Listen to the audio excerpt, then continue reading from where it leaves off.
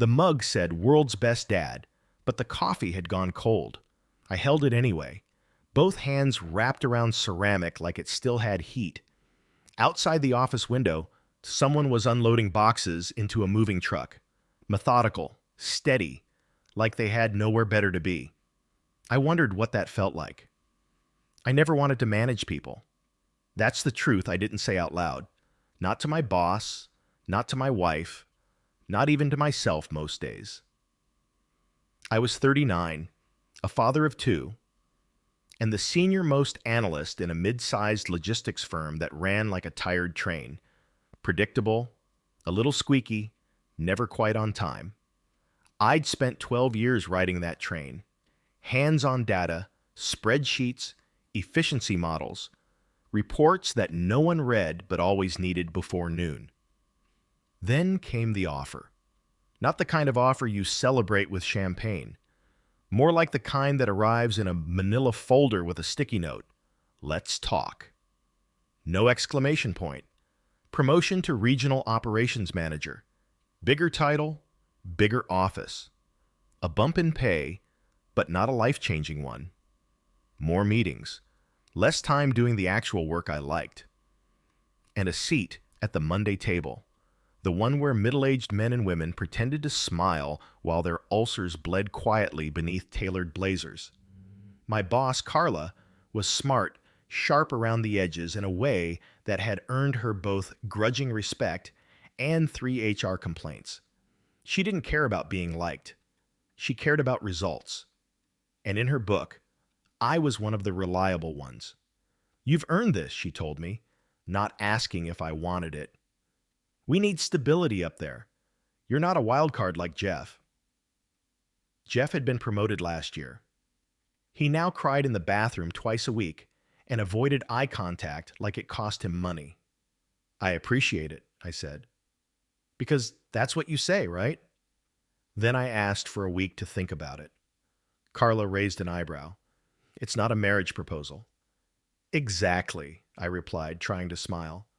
"That's why I want to be sure." She didn't push, just nodded and said, "1 week, Friday, noon, don't make me chase you." I didn't tell my wife the first night. Instead, I came home late, carrying takeout, and pretended everything was normal. Our daughter was doing homework at the kitchen table. Our son glued to a tablet, headphones on. The usual chaos, muffled by routine. "Rough day?" Jenna asked, peeking into the bag. "Just long." We ate quietly. She told me about her coworker's meltdown. I nodded at the right places.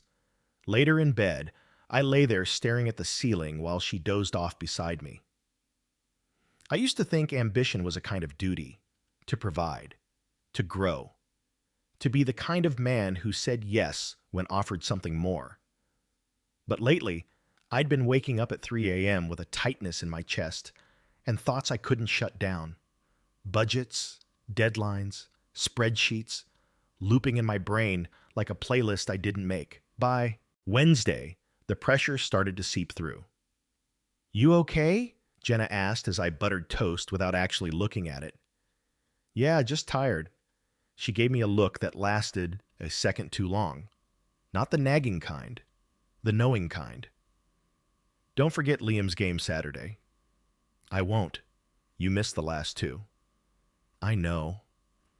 At work, my calendar filled itself with meetings I didn't remember scheduling. Half of them felt like warm-ups for the role they wanted me to take. Transition talks, mentorship plans, people management strategies. "You're gonna crush it," someone told me in the break room. "Crush what?" I replied without thinking. They laughed. I didn't. That afternoon, I took my laptop to the parking lot and worked from the front seat of my car for an hour. No meetings, just silence, just numbers. It was the first time I felt calm in days. Friday arrived faster than I wanted it to. The decision sat in my pocket like a folded note I was scared to read. At 11:50, I walked into Carla's office.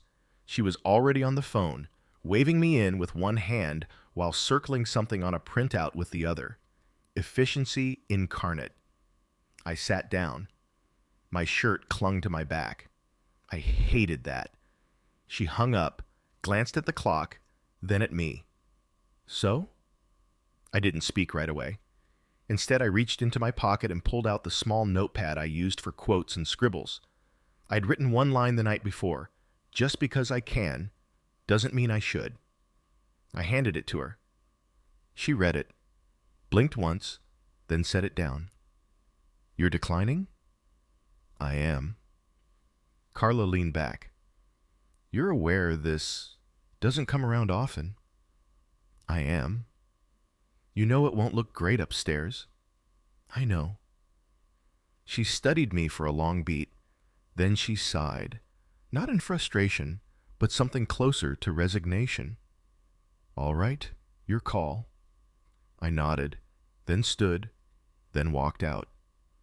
That night, I slept 8 hours straight. No 3 a.m. spiral, no heart palpitations, no staring at shadows on the ceiling wondering who I was becoming. Just rest. Real, honest sleep. I woke up feeling not triumphant, just clear, like I'd stopped pretending to want something that never fit. Jenna noticed at breakfast. You look better. Feel better, I said. Did something change? I poured coffee, still holding the mug that said, World's Best Dad. Yeah, I said. I finally said no. But the story didn't end there.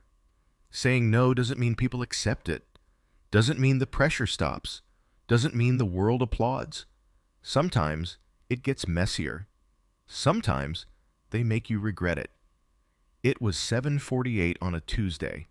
I remember because the office microwave dinged behind me, too loud in the break room's stale quiet. I was waiting for my tea, doctor's orders. Less caffeine, less stress, as if a different liquid could wash out 12 years of grinding my teeth at night. I didn't expect applause for turning it down. I wasn't looking for a parade. But I also didn't expect the slow shift, the way people's faces changed, how their greetings got tighter, less familiar. There was a tone I recognized now, like I'd committed a polite kind of betrayal. At first, I thought I was imagining it. The way Sarah, our lead scheduler, stopped CCing me on the Monday prep threads. The way Jeff, poor, twitchy Jeff, avoided eye contact like I was radioactive. Even Carla, who'd said your call, now called on me less, even when she should have. The air changed. I didn't. But I felt it. By the second week, it was official. They gave the role to Rick Brennan. Rick had seniority, I'll give him that. A solid 10 years, decent metrics, no scandals. But Rick was also the kind of guy who printed out every email just in case. His office looked like a paper mill exploded, and his leadership style leaned somewhere between passive-aggressive sighing and awkward fist bumps. Still, he said yes. They needed a yes man, and I guess now I wasn't one. It came to a head during the quarterly planning review. I'd built the projection model as usual. Clean, detailed, idiot-proof. I handed it off to Rick on Wednesday morning with annotations and footnotes. He presented it Thursday. By Friday, it came back to me full of edits that didn't make sense. Numbers changed without explanation. Formatting broken. Charts swapped for clunky tables. I emailed him. Subject: model changes. Quick sync? Hey Rick, just noticed a few changes in the Q4 model. Mind if we hop on a quick call to go over the edits? Want to make sure we're aligned before Carla sees it. Thanks. Mark. No response. At 3 p.m., I walked down to his office. His door was half closed. Inside, I could hear him on a call. I knocked anyway, politely. He motioned 1 sec, then kept talking for another 5 minutes while I stood there like a UPS package. When he finally hung up, he looked at me like I'd just interrupted brain surgery. Mark, what's up? The Q4 edits. Some of the figures don't reconcile with the supply data. He blinked. I made a few adjustments, just smoothing out inconsistencies. I tried not to sigh. Some of those inconsistencies are contracts locked in since July. If we show a drop now, legal will raise flags. Rick smiled in that way some men do when they want to end a conversation, not solve a problem. Appreciate your thoroughness, he said, but I've got it under control. I stood there, hands in my pockets, letting the silence stretch just long enough to sting, then nodded. All right, and walked out. That night I went home and cooked dinner. Not takeout, not frozen lasagna, real cooking. Garlic, onions, olive oil, chopped mushrooms that sizzled on contact. Jenna looked at me like I'd won the lottery. What's the occasion? She asked. Just wanted to do something with my hands, I said. She smiled. Well, it smells amazing. The kids didn't complain. That's how I knew it really was good. Later, after dishes and bedtime routines and one more read-through of Goodnight Moon, Jenna sat across from me on the couch with a glass of wine and a quiet kind of question in her eyes. You okay? I paused. I think I am. Work still weird? I nodded. Rick's doing what he does. Jenna raised an eyebrow. That bad?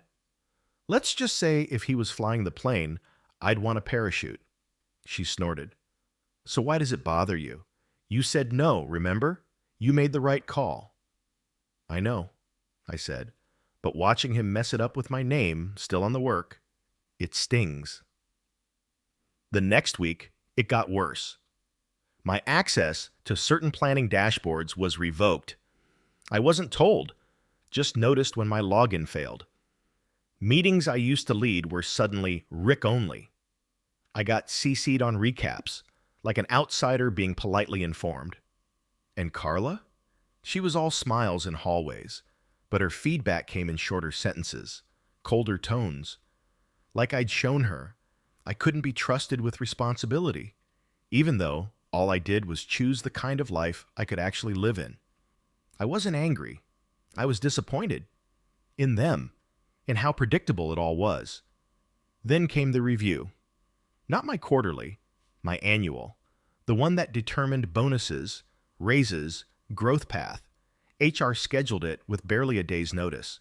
I walked in expecting the usual 3-point self-eval, KPI breakdown, and a modest bump. I got Carla, and Rick, and a third chair. They called it a transition touchpoint. I called it what it was, a soft warning. Your metrics are strong, Carla said, glancing at her printout, but we're noticing a dip in initiative. I tilted my head. Can you be more specific? Rick jumped in. It's about leadership visibility. We need folks to model ownership, even outside their lane. I stared at him. You mean stepping up without stepping on? Neither laughed. We're just asking, Carla said, if you see yourself growing here long term. It wasn't a question. It was a test. And I didn't flinch.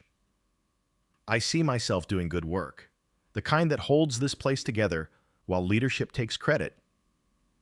Silence. HR smiled faintly, like she'd heard that one before, but wasn't allowed to nod. Carla shifted in her chair. Well, she said, we appreciate the candor. When I got home that night, Jenna already had the wine open. Bad? Worse than expected, I said, loosening my tie. They think I'm not visible enough. Jenna poured. You mean not fake enough? I raised my glass. To invisibility. She clinked. Cheers. And yet, in spite of everything, I still slept. That was the strange part. Even when I knew they were icing me out. Even when Rick butchered my models. Even when Carla stopped trusting me. I slept. Because there was peace in the boundary I'd drawn. A line I didn't cross, and didn't let them cross either. Still, peace doesn't mean ease. And things were about to shift in a way I hadn't planned for.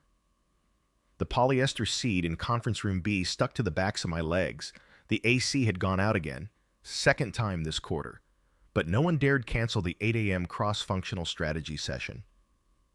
I shifted in my chair, sweat collecting in the small of my back, while Rick clicked through a slide deck that looked suspiciously familiar. He was presenting my work again. Not just the data, the layout, the way I grouped the regional KPIs by vendor tier, the color coding on the heat map. Hell, even the typo in the table header I hadn't fixed before, I'd scrapped that version of the file. But this time, my name wasn't on it, and he didn't mention me once. It wasn't even subtle. It was a wholesale lift. I caught Carla's eye mid-slide. She didn't blink. Afterward, while the others drained out for coffee and excuses, I stayed seated. Rick unplugged his laptop and muttered a low, "Good session," not making eye contact. "Rick," I said, voice flat. "That deck, where'd you get it?" He feigned confusion. "Built it from scratch this week. Pulled the numbers myself." I let the silence hang.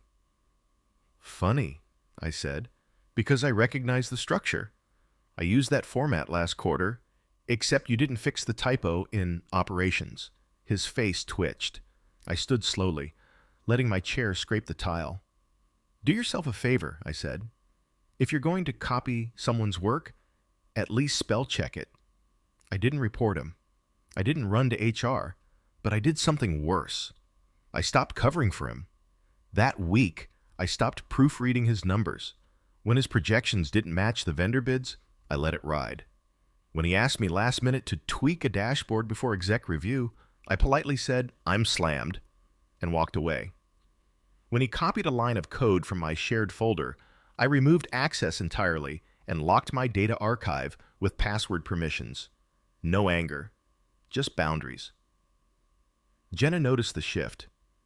"You're quieter," she said one night, handing me a beer as we folded laundry, trying not to explode at work. "Still Rick?" "Always Rick." She leaned against the dryer. "You know, it's okay to be pissed." "I'm not pissed." She raised an eyebrow. "I'm alert," I clarified. She smiled. "I don't know what that means, but it sounds like progress." Then came the vendor audit.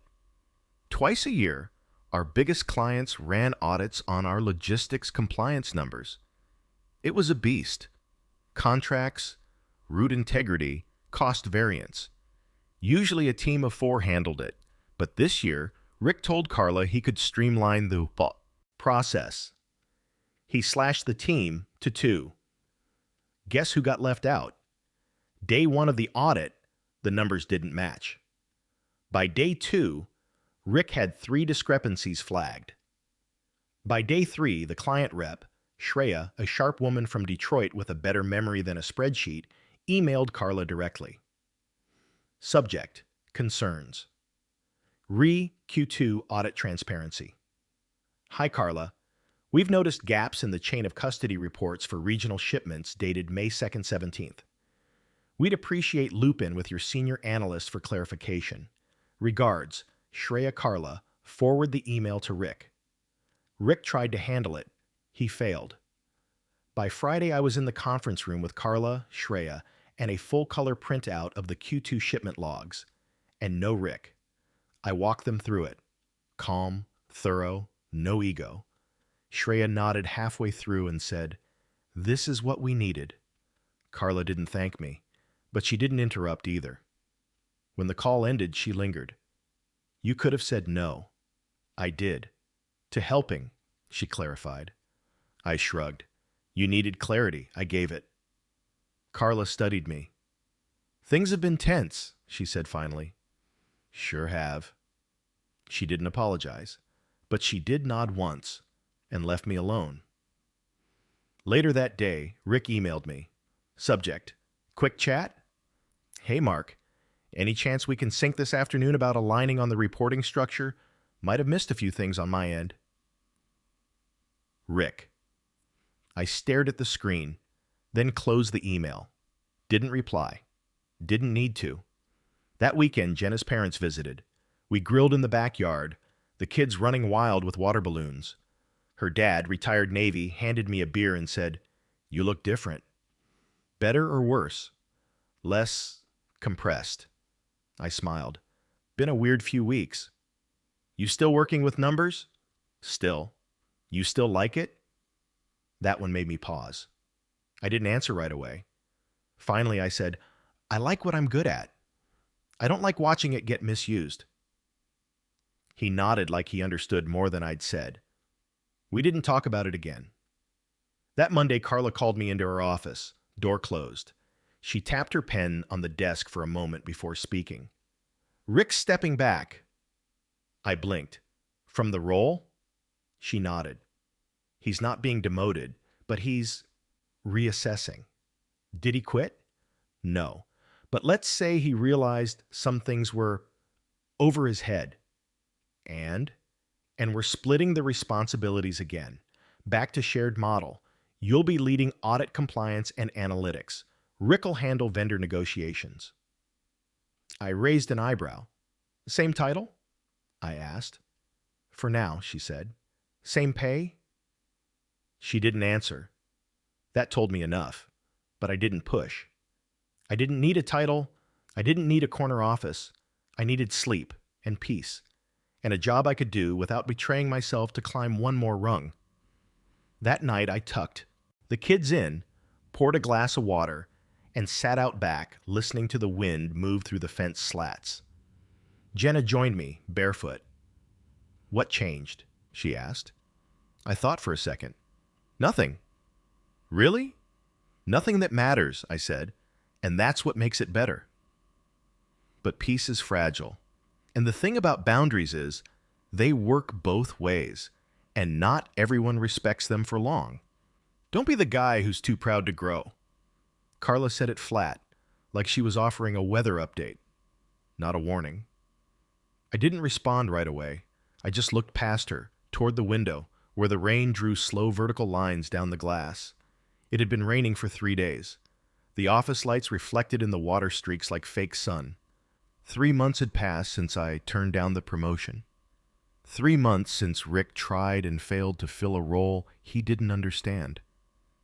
3 months of doing real work without the title, without the meeting invites, without the spotlight, and most notably, without the stress I used to mistake for momentum. But now, Carla wanted to revisit things. I'm not offering the same role, she said.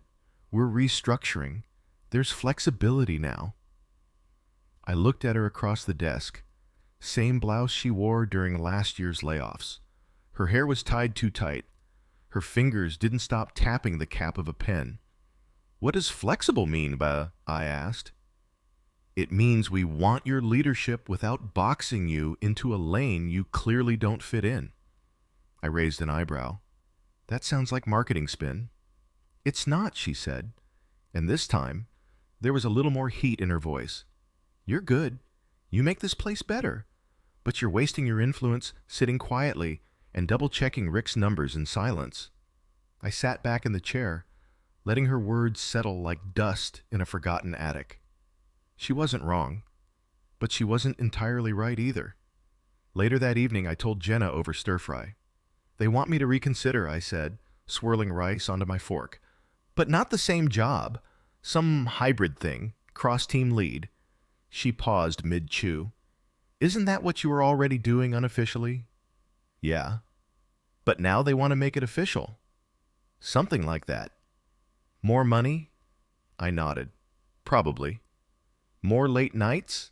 I nodded again. More Rick? That one took longer. Less, I said finally, but not 0. She put down her fork. Okay, she said. So, what do you want? I didn't answer. Not because I didn't know, but because saying it out loud would make it real. The next morning I got into work early. Before the click of heels on linoleum, before the clatter of coffee lids, just me, my desk, and a post-it note with the word "why" scribbled across the top. I'd written it months ago, in the haze after I'd said no the first time. It stuck there, above my second monitor, like a reminder that not everything needed a hustle. I pulled it down now, stared at it, then crumpled it, gently, like a goodbye. I didn't say yes, But I didn't say no either. Instead, I countered. I drafted a proposal. Bullet points, pay scale, role expectations, boundaries. No fluff. No smiling, happy to help tone. I sent it directly to Carla. No subject line. Just an attachment titled, "If you really want this PDF." 2 hours later, she called me in. "You know," she said, holding the printout, "most people would just ask for a raise and call it a day." I shrugged. "You said I don't fit in boxes. That includes HR templates." She chuckled. Not a big laugh, just enough to shift the tension. "Fine," she said. "Let's try it your way." The new title was Project Alignment Architect. Completely made up. Sounded like a guy who designed chairs for meeting rooms. But it came with control over my own schedule, team selection rights, and a hard cap on meetings per week. It also came with a $12,000 raise and a clause that kept Rick off anything I touched. Small victories. I took it. First project. Overhaul the company's routing logic for regional deliveries. Something I'd suggested 2 years ago. Ignored then, but suddenly urgent now. I handpicked 2 people to work with. Marcia, a sharp analyst who'd been stuck in client services for too long, and Leo, a recent hire who coded like he was building spacecraft. Rick tried to join the kickoff call. I sent him the wrong Zoom link 3 times. It wasn't revenge, it was restraint. Jenna noticed the change immediately. "You're lighter," she said one night as I chopped onions for pasta. "It's early," I said. "Give it time." But she was right. Even in the chaos, I felt anchored. Not because I had power, but because I'd chosen every part of this. I didn't chase the role. I designed it. I didn't ask for permission. I negotiated terms. I didn't climb the ladder. I built my own rung. And yet, not everything was fixed. Not everyone was happy. Especially Rick. He cornered me in the hallway one afternoon after a leadership sync. "I see what you're doing," he said. I turned. "What's that?" "Making me look like the weak link." I smiled faintly. "I didn't need to do that, Rick. You handled that on your own." His face reddened. "You think this place really changes just because you got a title?" "No," I said, "but I did." And I walked away. Weeks passed. Deadlines met. Metrics improved. Vendors stopped calling twice for clarification. People noticed. Even Carla. "You know," she said one day, "I underestimated what saying no can do to a person." I looked up from my laptop. "Yeah," I said. "Turns out it's the first honest thing I did in a long time." That night, I fell asleep before 10. No spreadsheets in my head. No tightness in my chest. No counting down the hours till morning. Just sleep. Real, quiet, earned sleep. But even now, with peace in reach, something else was waiting around the corner. A conversation I'd avoided. A truth I hadn't voiced. The office key was lighter than I remembered. Same dull brass, same nicks near the teeth, but when I held it in my hand that Friday afternoon, it felt almost weightless. Maybe because it wasn't doing the heavy lifting anymore. I was. I'd been in the project alignment architect role for almost 4 months, long enough for the novelty to fade, short enough that people still asked, "So, what is it you actually do again?" But results spoke louder than titles. Routing costs were down 9%, client hold times dropped 30%, and somehow, our 3-team structure was operating more efficiently than Rick's bloated, streamlined plan ever had. Even Carla, tight-lipped, numbers-first Carla, started forwarding emails with subject lines like, "Mark might want to see this." It should have felt like vindication. But that wasn't the feeling I walked into work with anymore. Not triumph, just quiet steadiness, like I was finally at the right speed. Then Jenna sat me down on a Sunday. Kids at the neighbors, dishes drying, early spring sunlight trying its best through the windows. "We need to talk about something," she said. I blinked. "You okay?" She nodded. "Yeah, but I've been waiting." "For what?" "For you to be still enough to hear it." I sat, palms flat against my thighs. "This job," she said, "it's better. You're better." I stayed silent. "But I want you to ask the next question." I frowned. "What question?" She looked me in the eye. "What do you actually want?" It should have been simple. I had the better role. I had less stress. I had a team that respected me and results that backed me up. What else was there? But the question stuck. Because for years, I hadn't asked what I wanted. I'd only asked what was next, what rung, what raise, what recognition. And even now, with the storm cleared, I hadn't taken inventory of what I was building, or why. That night, after everyone went to bed, I opened a folder on my personal laptop I hadn't touched in 3 years. Freelance Models Pitch Deck. I used to dream about it. Consulting on the side, working with small companies, logistics for local farms, regional nonprofits, anyone outside the rat race who still needed systems that made sense. But I'd shelved the idea. Kids, mortgage, promotion track, safe paths. Now, I looked at the pitch deck with new eyes.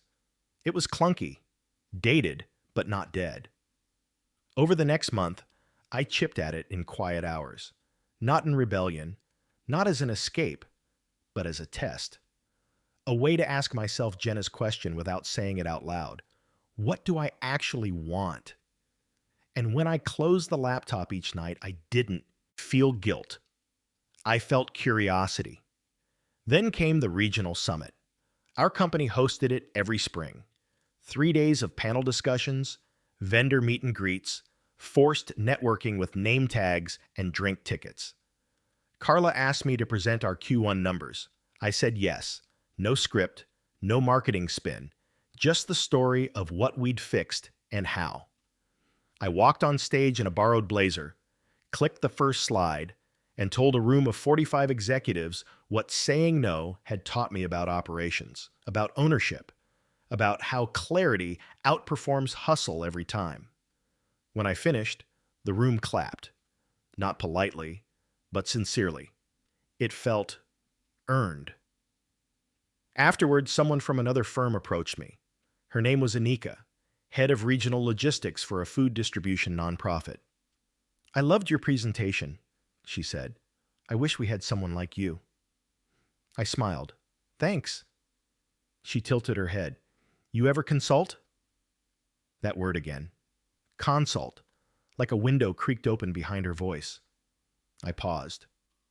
"Not officially," I said, "but maybe it's time." That night, I told Jenna everything. She didn't look surprised. "I figured," she said. "The way you've been lately, it's not just about this job anymore." "It's not." "You going to quit?" "Not yet." "But soon?" I nodded. "Maybe." In the months that followed, I did both. Kept the role. Took on one consulting client. Then two. Then, one morning, I opened an email from a small regional carrier in Oregon. They wanted a systems audit, 2-week gig, paid more than my current salary. And that's when I knew. I wasn't afraid of starting over anymore, because I wasn't running away from something. I was running towards something I built myself. My resignation wasn't dramatic. I gave Carla 4 weeks, trained my replacement, handed over all my templates. We shook hands on my last day. "You're not running, are you?" she asked. "No," I said, "just finally walking my own direction." She didn't smile, but she nodded. "That's rare," she said. "Maybe it shouldn't be," I replied. Now I sleep, really sleep. Not because the world got easier, but because I stopped letting it own me. Some nights I still wake up early, but not with panic, with ideas, with clarity, and sometimes with Jenna's hand reaching over in the dark, just to check if I'm still breathing slow and steady. And I am, because I turned down a promotion. And finally, I slept through the night. If this story moved you, subscribe for more real-life confessions and emotional journeys like this one.